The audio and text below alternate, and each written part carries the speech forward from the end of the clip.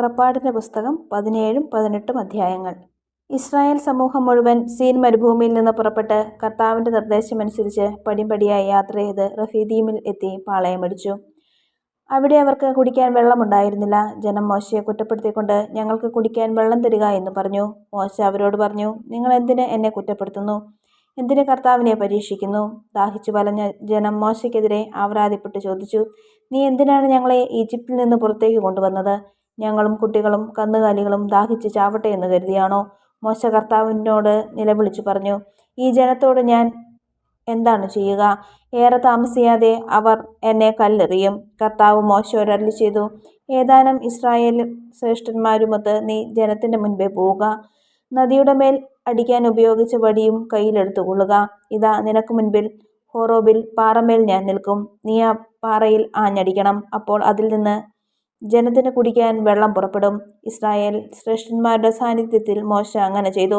ഇസ്രായേൽക്കാർ അവിടെ വെച്ച് കലഹിച്ചതിനാലും കർത്താവ് ഞങ്ങളുടെ ഇടയിൽ ഉണ്ടോ ഇല്ലയോ എന്ന് ചോദിച്ചുകൊണ്ട് കർത്താവിനെ പരീക്ഷിച്ചതിനാലും മോശ ആ സ്ഥലത്തിന് മാസ എന്ന് മോറീബ എന്നും പേരിട്ടു. അമലേക്കരുമായി യുദ്ധം. അമലേക്കർ റഫീദീമിൽ വന്ന് ഇസ്രായേൽക്കാരെ ആക്രമിച്ചു. അപ്പോൾ മോശ ജോഷുവയോട് പറഞ്ഞു, ആളുകളെ തിരഞ്ഞെടുത്ത് അമലേക്കരുമായി യുദ്ധത്തിന് പുറപ്പെടുക. ഞാൻ നാളെ ദൈവത്തിൻ്റെ വടി കയ്യിലെടുത്ത് മലമുകളിൽ നിൽക്കും. മോശ പറഞ്ഞതനുസരിച്ച് ജോഷുവ അമലേക്കരുമായി യുദ്ധം ചെയ്തു. മോശ, അഹ്റോൻ, ഹൂർ എന്നിവർ മലമുകളിൽ കയറി നിന്നു. മോശ കരങ്ങൾ ഉയർത്തിപ്പിടിച്ചപ്പോഴെല്ലാം ഇസ്രായേൽ വിജയിച്ചു കൊണ്ടിരുന്നു. കരങ്ങൾ താഴ്ത്തിയപ്പോൾ അമലേക്കർക്കായിരുന്നു വിജയം. മോശയുടെ കൈകൾ കുഴഞ്ഞു. അപ്പോൾ അവർ ഒരു കല്ലു നീക്കിയിട്ട് കൊടുത്തു. മോശ അതിന്മേലിരുന്നു. അഹ്റോനും ഹൂറും അവൻ്റെ കൈകൾ ഉയർത്തിപ്പിടിച്ചുകൊണ്ട് ഇരുവശങ്ങളിലും നിന്നു. സൂര്യാസ്തമയം വരെ അവൻ്റെ കൈകൾ ഉയർന്നു തന്നെ നിന്നു. ജോഷുവ അമലേക്കിനെയും അവൻ്റെ ആളുകളെയും വാളുകൊണ്ട് അരിഞ്ഞു വീഴ്ത്തി. കർത്താവ് മോശയോട് അരുളിച്ചെയ്തു, ഇതിൻ്റെ ഓർമ്മ നിലനിർത്തുന്നതിനായി നീ ഇത് ഒരു പുസ്തകത്തിൽ എഴുതി ജോഷുവയെ വായിച്ചു കേൾപ്പിക്കുക. ആകാശത്തിൻ്റെ കീഴിൽ നിന്ന് അമലേക്കരുടെ സ്മരണ ഞാൻ നിശേഷം മായിച്ചു കളയും. മോശ അവിടെ ഒരു ബലിപീഠം നിർമ്മിച്ച് അതിന് യഹ്വനീസി എന്ന് പേര് നൽകി. എന്തെന്നാൽ അവൻ പറഞ്ഞു, കർത്താവിൻ്റെ പതാക കയ്യിലെടുക്കുവിൻ. തലമുറകൾ തോറും കർത്താവ് അമലേക്കിനെതിരായി യുദ്ധം ചെയ്തുകൊണ്ടിരിക്കും. മോശയും ജത്രോയും. മോശയ്ക്ക് അവൻ്റെ ജനമായ ഇസ്രായേലിനു വേണ്ടി ദൈവം എന്തെല്ലാം ചെയ്തുവെന്നും അവിടുന്ന് അവരെ ഈജിപ്തിൽ നിന്ന് എപ്രകാരം മോചിപ്പിച്ചുവെന്നും മിദ്യാനിയയിലെ പുരോഹിതനും മോശയുടെ അമ്മായിയപ്പനുമായ ജത്രോ കേട്ടറിഞ്ഞു. മോശ തൻ്റെ ഭാര്യ സിപ്പോറയെ തിരിച്ചയച്ചപ്പോൾ അവൻ്റെ അമ്മായിയപ്പൻ ജത്രോ അവളെയും അവളുടെ 2 പുത്രന്മാരെയും സ്വീകരിച്ചു. അവരിൽ ഒരുവൻ്റെ പേര് ഗർഷോം എന്നായിരുന്നു. കാരണം ഞാനൊരു പ്രവാസിയാകുന്നു എന്ന് പറഞ്ഞാണ് മോശ അവന് പേരിട്ടത്. അപരൻ്റെ പേർ ഏലിയാസർ എന്നായിരുന്നു. കാരണം എൻ്റെ പിതാവിൻ്റെ ദൈവമാണ് എൻ്റെ സഹായം. അവിടുന്ന് ഫറവോയുടെ വാളിൽ നിന്ന് എന്നെ രക്ഷിച്ചു എന്ന് അവൻ പറഞ്ഞു. മരുഭൂമിയിൽ ദൈവത്തിൻ്റെ മലയുടെ സമീപം കൂടാരമടിച്ചിരുന്ന മോശയുടെ അടുക്കലേക്ക് അവൻ്റെ ഭാര്യയെയും പുത്രന്മാരെയും കൂട്ടിക്കൊണ്ട് അമ്മായിയപ്പൻ ജത്രോ വന്നു.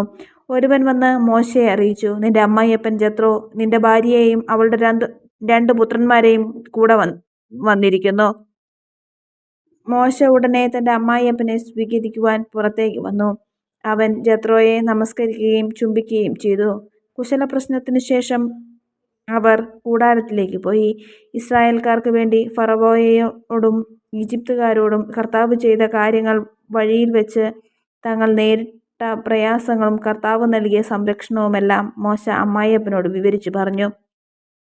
കർത്താവ് ഈജിപ്തുകാരിൽ നിന്ന് ഇസ്രായേലിനെ മോചിപ്പിച്ച് അവർക്ക് ചെയ്ത നിരവധി നന്മകളെക്കുറിച്ച് ജത്രോ ആഹ്ലാദിച്ചു. അവൻ പറഞ്ഞു, ഈജിപ്തുകാരിൽ നിന്നും ഫറവോയിൽ നിന്നും നിങ്ങളെ രക്ഷിച്ച കർത്താവ് വാഴ്ത്തപ്പെട്ടവനാകട്ടെ. കർത്താവ് സകല ദേവന്മാരെയും കാൾ വലിയവനാണെന്ന് ഇപ്പോൾ ഞാൻ മനസ്സിലാക്കുന്നു. എന്തെന്നാൽ ഈജിപ്തുകാർ അവരുടെ അഹങ്കാരപൂർവ്വം പെരുമാറിയപ്പോൾ അവരുടെ പിടിയിൽ നിന്ന് അവിടുന്ന് തൻ്റെ ജനത്തെ മോചിപ്പിച്ചു. മോശയുടെ അമ്മായിയപ്പനായ ജത്രോ ദൈവത്തിന് ദഹനബലിയും മറ്റ് ബലികളും സമർപ്പിച്ചു. ജത്രയോടൊന്നിച്ച് ദൈവസന്നിധിയിൽ ഭക്ഷണം കഴിക്കുന്നതിനായി അഹ്റോനും ഇസ്രായേലിലെ ശ്രേഷ്ഠന്മാരും വന്നു. ന്യായാധിപന്മാർ. പിറ്റേ ദിവസം മോശ ജനത്തിൻ്റെ തർക്കങ്ങൾക്ക് തീർക്കാൻ ഉപവിഷ്ടനായി. പ്രഭാതം മുതൽ പ്രദോഷം വരെ ജനങ്ങൾ മോശയുടെ ചുറ്റും കൂടിരുന്നു. മോശ തൻ്റെ ജനങ്ങൾക്ക് വേണ്ടി ചെയ്തതെല്ലാം കണ്ടപ്പോൾ അമ്മായിയപ്പനായ ജത്രോ അവനോട് ചോദിച്ചു, നീ ജനത്തിനു വേണ്ടി ചെയ്യുന്നതെന്താണ്? രാവിലെ മുതൽ വൈകുന്നേരം വരെ ജനമെല്ലാം നിന്റെ ചുറ്റും കൂടി നിൽക്കാൻ ഇടയാകത്തക്കവിധം നീ ഇവിടെ ഒറ്റയ്ക്കിരിക്കുന്നതെന്തുകൊണ്ട്? മോശ പറഞ്ഞു, ദൈവഹിതം അറിയാനായി ജനം എന്നെ സമീപിക്കുന്നു. എന്തെങ്കിലും തർക്കമുണ്ടാകുമ്പോൾ അവർ എൻ്റെ അടുത്ത് വരുന്നു. ഞാൻ അവരുടെ കലഹങ്ങൾ തീർക്കുന്നു. ദൈവത്തിൻ്റെ ചട്ടങ്ങൾ, നിയമങ്ങൾ അവരെ പഠിപ്പിക്കുകയും ചെയ്യുന്നു. അപ്പോൾ അവൻ പറഞ്ഞു, നീ ചെയ്യുന്നത് ശരിയല്ല. നീയും നിന്റെ കൂടെയുള്ള ജനങ്ങളും ക്ഷീണിച്ച് വിവശരാകും. ഈ ഭാരമേറിയ ജോലിയാണ്. തനിയെ ഇത് ചെയ്യുവാൻ നിനക്ക് സാധിക്കുകയില്ല. ഞാൻ പറയുന്നത് കേൾക്കുക. ഞാൻ നിനക്കൊരു ഉപദേശം നൽകാം. ദൈവം നിന്നോട് കൂടെ ഉണ്ടായിരിക്കട്ടെ. നീ ദൈവത്തിൻ്റെ മുൻപിൽ ജനങ്ങളുടെ പ്രതിനിധിയായിരിക്കണം. അവരുടെ തർക്കങ്ങൾ അവിടുത്തെ അറിയിക്കണം. അവരെ ചട്ടങ്ങളും നിയമങ്ങളും പഠിപ്പിക്കണം. അവർ ചരിക്കേണ്ട മാർഗവും അനുഷ്ഠിക്കേണ്ട കർത്തവ്യങ്ങളും അവർക്ക് നിർദ്ദേശിച്ചു കൊടുക്കണം.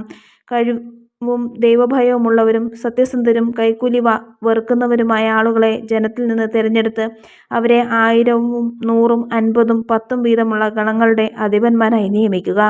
അവർ എല്ലായ്പ്പോഴും ജനങ്ങളുടെ തർക്കങ്ങൾക്ക് തീർപ്പ് കൽപ്പിക്കട്ടെ. വലിയ കാര്യങ്ങൾ നിന്നെ ഏൽപ്പിക്കുകയും ചെറിയവ അവർ തന്നെ തീരുമാനിക്കുകയും ചെയ്യട്ടെ. അങ്ങനെ അവർ നിങ്ങളെ സഹായിക്കുമ്പോൾ നിന്റെ ജോലി എളുപ്പമാകും.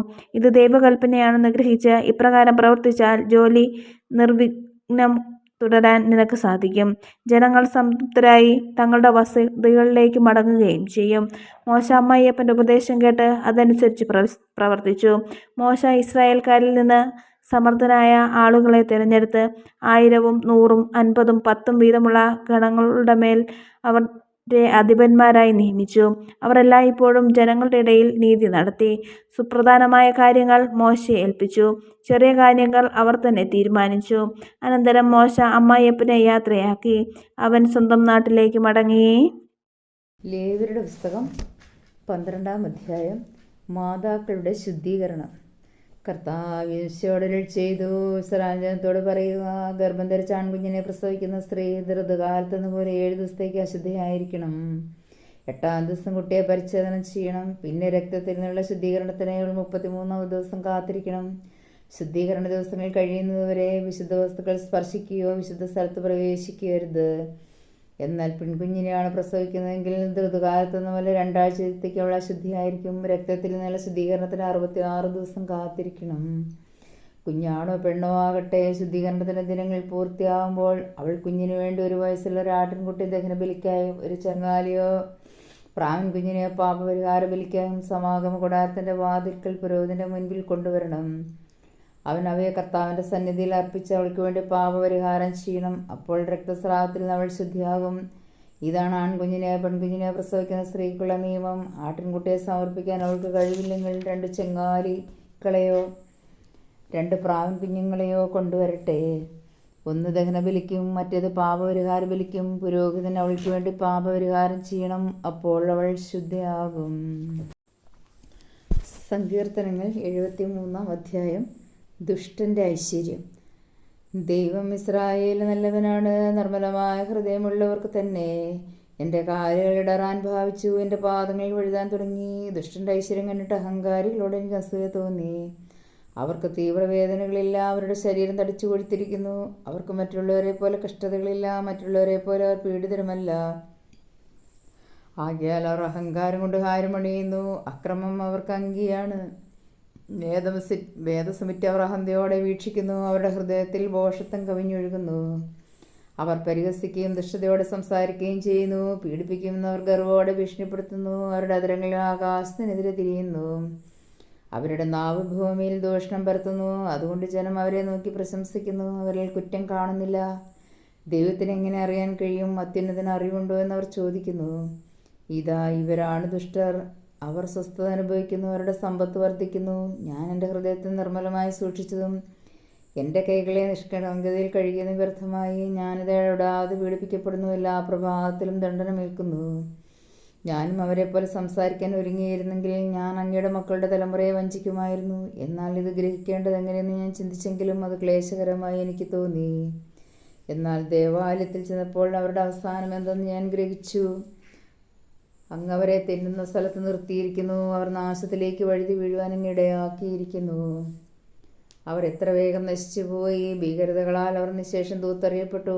ഉണരുമ്പോൾ മായുന്ന സ്വപ്നം പോലെയാണ് അവർ. അങ്ങുണർന്നവരെ കൊടിഞ്ഞെറിയുന്നു. എൻ്റെ ആത്മാവിൽ കയ്പ് നിറഞ്ഞപ്പോൾ, എൻ്റെ ഹൃദയത്തിന് മുറിവേറ്റപ്പോൾ ഞാൻ മൂഢനും അജ്ഞനുമായിരുന്നു. അങ്ങയുടെ മുൻപിൽ ഞാനൊരു മൃഗത്തെ പോലെയായിരുന്നു. എന്നിട്ട് ഞാൻ നിരന്തരം അങ്ങയോട് കൂടെയാണ്. അവിടെ നിന്റെ വലത്ത് ഗ്രഹിച്ചിരിക്കുന്നു.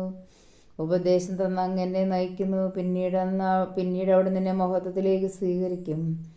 സ്വർഗത്തിൽ അങ്ങല്ലാതെ ആരാണ് എനിക്കുള്ളത്? ഭൂമിയിലും അങ്ങയല്ലാതെ ഞാൻ ആരെയും ആഗ്രഹിക്കുന്നില്ല. എൻ്റെ ശരീരവും മനസ്സും ക്ഷീണിച്ചു പോയേക്കാം, എന്നാൽ ദൈവമാണ് എൻ്റെ ബലം. അവിടുന്നാണ് എന്നേക്കുമുള്ള എൻ്റെ ഓഹരി.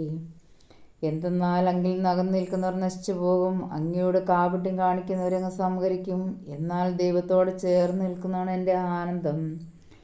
ദൈവമായ കർത്താവിനെ ഞാൻ അഭയം പ്രാപിച്ചിരിക്കുന്നു. അവിടുത്തെ പ്രവൃത്തികളെ ഞാൻ പ്രഘോഷിക്കും.